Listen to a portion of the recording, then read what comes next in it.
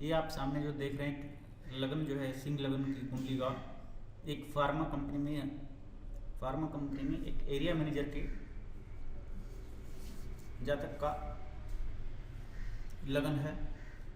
और आप देख सकते हैं इस कुंडली में पूर्ण काल सर्पयोग है, राहु और केतु के मध्य में ये सारे ग्रह एक तरफ आए हुए हैं। ये कुंडली के सीधी तरफ गिना जाता है, पहले घर से लेकर के 7वें घर तक। पहला घर, दूसरा घर, तीसरा घर, चौथा घर, 5वां घर, 6वां घर, 7वां घर।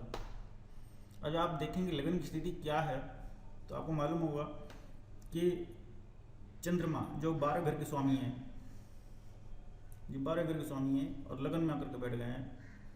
आपको मैं एक बात बतलाता हूँ, 6, 8वें और 12 घर के स्वामी जब लगन से संबंध बनाते हैं तो जातक की पर्सनैलिटी को थोड़ा सा बिगाड़ते हैं। लेकिन जातक में चंद्रमा जो होता है मन का कारक होता है, चंद्रमा मनस हो जाता है, यानी कि जो मन मस्तिष्क में चलता है वो चंद्रमा वाणी के द्वारा बोला जाता है। तो चंद्रमा मन का और वाणी का दोनों का कारक होता है। अब एरिया मैनेजर है, किसी फार्मा कंपनी में है तो बड़ा पोलाइट बोलता होगा, लेकिन उसके मन की अवस्था दूषित होगी कि वो अपना काम बिजनेस कैसे फैलाए। तो ये कुंडली ये बतलाती है कि व्यापारिकता का योग पूरी तरह से प्रदान करती है। जो अपने व्यापार में 24 घंटे लगे रहने वाला है, जिसका मस्तिष्क शांत नहीं रहता। जब राहु और चंद्रमा की युति हो जाती है तो जातक का मस्तिष्क शांत नहीं रहता। मंगल और चंद्रमा की युति भी चंद्रमा को पीड़ित करती है, राहु और मंगल दोनों मिलकर के चंद्रमा को पीड़ित करते हैं।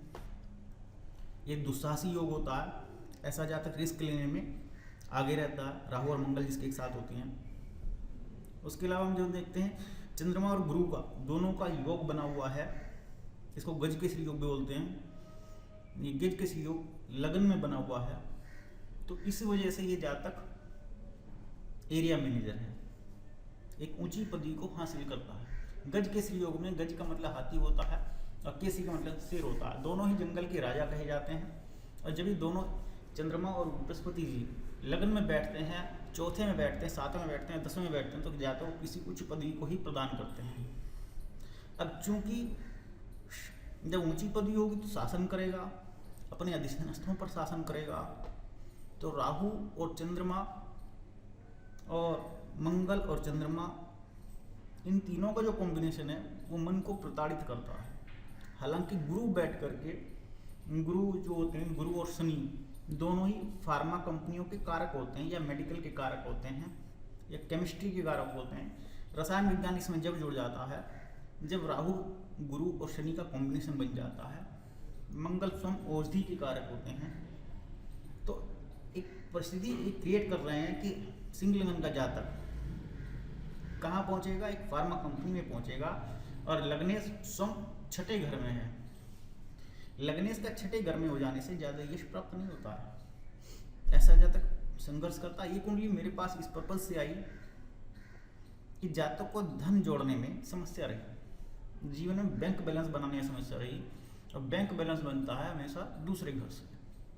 11वां घर जो होता है नियमित रूप से आमदनी का होता है। तो यहाँ देखेंगे इस लगन में 11वें घर के और दूसरे घर के दोनों के स्वामी 6ठे घर में बैठे हुए हैं, जिसकी वजह से इस जातक को आमदनी कमाने में और आमदनी के बाद धन को जोड़ने में समस्या रही।